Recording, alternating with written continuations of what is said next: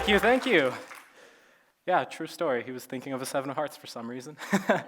Hi everyone. Today I'm going to be talking to you about something that's very near and dear to my heart: social interaction. I'm not going to be reading anyone's mind here right now. That already happened earlier today. Hopefully you didn't miss it. I am going to reveal something about all of you, though. If you don't mind, I'd like a little bit of help with this. If your phone happens to be on right now, whether it's on vibrate, the ringer is on, it's on silent, as long as your screen lights up, go ahead and hold it high in the air and go ahead and flash that screen. Let's see how many of you there are. Oh, wow, that's a lot of you. I would estimate that's the vast majority of you. That's more than 3/4 of you. Look around. Thank you. You could put your phones down for now. Here's another one. If at any point earlier today you sent a text message or you accessed social media at any point and your phone is still on, please go ahead and raise your phone up again. Let's see it light up again. That's roughly the same number of people. It's a few of you dropped off, but it's still the vast majority of people in the room. Now, this is my favorite one. If at any point during one of the talks today you sent a message or checked social media, please be honest. Let's see those phones again. So look around, appreciate. I like how a few of them were lingering. It's a trap. That's still about a fifth of you, maybe a quarter. Thank you for your honesty, by the way. What I'm trying to get at is that as humans, the way we communicate has changed dramatically over the past decade or so. We find that it's easier to hide behind the security of a screen, and it's so much easier to just send messages rather than having a face-to-face conversation. It's so much easier to present the best version of yourself on social media rather than being genuine and vulnerable around other people. I'm not saying that we've lost the ability to have a face-to-face conversation, but what I am saying is that we could all stand to improve our social skills a little bit. As you've heard, I wasn't really meant to be a person with good social skills. I was very, very math-oriented. I was basically groomed my entire life to be a statistician or an actuary or a financial analyst, something in that realm. And that did end up coming true. I'm a software developer now.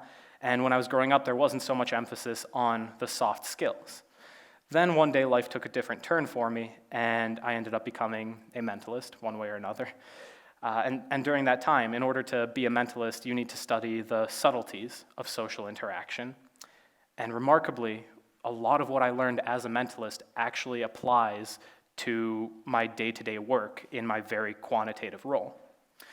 And fortunately, it also sort of sums up into 3 nice points, which all of you can take home with you today. Number 1, be bold. Number 2, be a good listener. And number 3, be passionate. Now, those 3 points are essentially your key to building up good habits for social interaction. They're not going to teach you how to guess somebody's first kiss or their PIN code or anything like that, but they are going to help you in every aspect of your life because you interact with humans on a regular basis. Your networking events, your dating life, your literally any moment when there's another human, you can use what I'm about to talk to you about. So let's actually dive into the details. What do I mean when I say be bold? Well, for a lot of people, for social interaction, the hardest part is actually getting an interaction started. What if that person doesn't want to talk to me? What if I say something stupid? What if I do something so cringeworthy that I remember it randomly 3 years in the future while I'm taking a shower and just have shivers go through me because of that? We've all been through that before. It's happened to everyone here. And for most people, this is an insurmountable wall of anxiety. So how do we actually move past this? Well, when I was suffering with this wall of anxiety, I discovered close-up magic. I would walk up to people and I would try showing them card tricks, things that I knew would amaze them. But there's nothing quite like the heart-sinking feeling of mustering up the courage to approach a stranger, a deck of cards in your hands, approaching them, doing a flourish with your cards, and then saying, hey, you want to see something cool? And then they just look at you, deadpan, just up and down. No.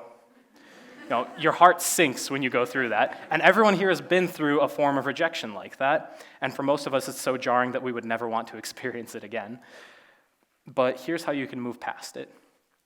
You need to unlearn your social fear. And the way that you can go about doing that is a simple exercise they teach magicians and mentalists if they want to approach people more confidently. The next time you're in a public space, look around. Notice somebody who's near you. Notice something that you like about them. Maybe they're wearing a nice shirt, for instance. Make a nice neutral compliment to this person. The gender doesn't matter, the age doesn't matter, the demographic doesn't matter. Just pick someone and just say, hey, that's a nice shirt, I really like that shirt, or those are some nice shoes, or something like that. That just takes a few seconds of effort from you. But for that person, you'll have made their day. They'll be smiling for minutes after you do that. And I want you to really let that sink in. You all have the superpower to make anybody's day whenever you want, just for the briefest of moments. If you keep on doing that time after time after time, you'll quickly realize that talking to strangers isn't scary. Just remember that you have the superpower to make people smile. So suppose you've actually gotten past this wall of social anxiety. You can approach people now. How do you get the most out of your interaction with them? This is where being a good listener comes into play. There are essentially three kinds of listeners in any sort of conversation. You have your active listener who pays attention to every word you say. They're engrossed in everything you say. They pay attention, they make you feel validated. These are the people you love to talk to. Then there are the people who are kind of distracted, maybe they're checking their phone, maybe they're waiting for a text from somebody. And then there's the third kind of person who gets really, really excited when they hear something and then they hijack the conversation. Now, if we're all being honest with ourselves, we've taken turns being all three of these people. It's essential if you want to optimize your social interactions to kill those habits of being distracted, of hijacking conversations, because it really throws off the person who you're talking to. If you want to be an active listener, there's a very simple tip that I would give everyone here. It's a body language trick, a life hack, so to speak. Whenever you hear someone say something and you want to really digest that information, just nod 3 times. 3 is the magic number here. If you just nod once over and over again as you're listening to them, it kind of looks like you're going to get hypnotized, So obviously you don't want someone to go to sleep while you're talking to them. 3 is the magic number. It requires deliberate effort. So if you're in that state of mind where you're tired, you're distracted, by nodding 3 times, you snap yourself back into the conversation. You focus more. And you also come across as very enthusiastic, because if someone says, hey, I'm really passionate about horses, and you digest that, you look excited as you're hearing that, and that makes them feel validated. And people who feel validated when they're talking to you, they feel like they're being listened to when they're talking to you, they're going to want to keep on talking to you. It's a good way to make people want to connect with you over and over and over again. So try the 3 nods, try to actually be an active listener. And as far as what you should listen to, I would suggest trying to be observant about the person that you're trying to start this interaction with. Everyone has something interesting about them. Maybe there's a piece of jewelry, for instance, that they're wearing, or they say an interesting fact about something. Whatever you can pick up on, and everyone here is capable of doing this, just be observant of what they're drawn towards, what makes them unique. Ask questions about it, try to learn about it. I guarantee you, people will be a lot happier to talk to you if they feel like they're being listened and they are made to feel important.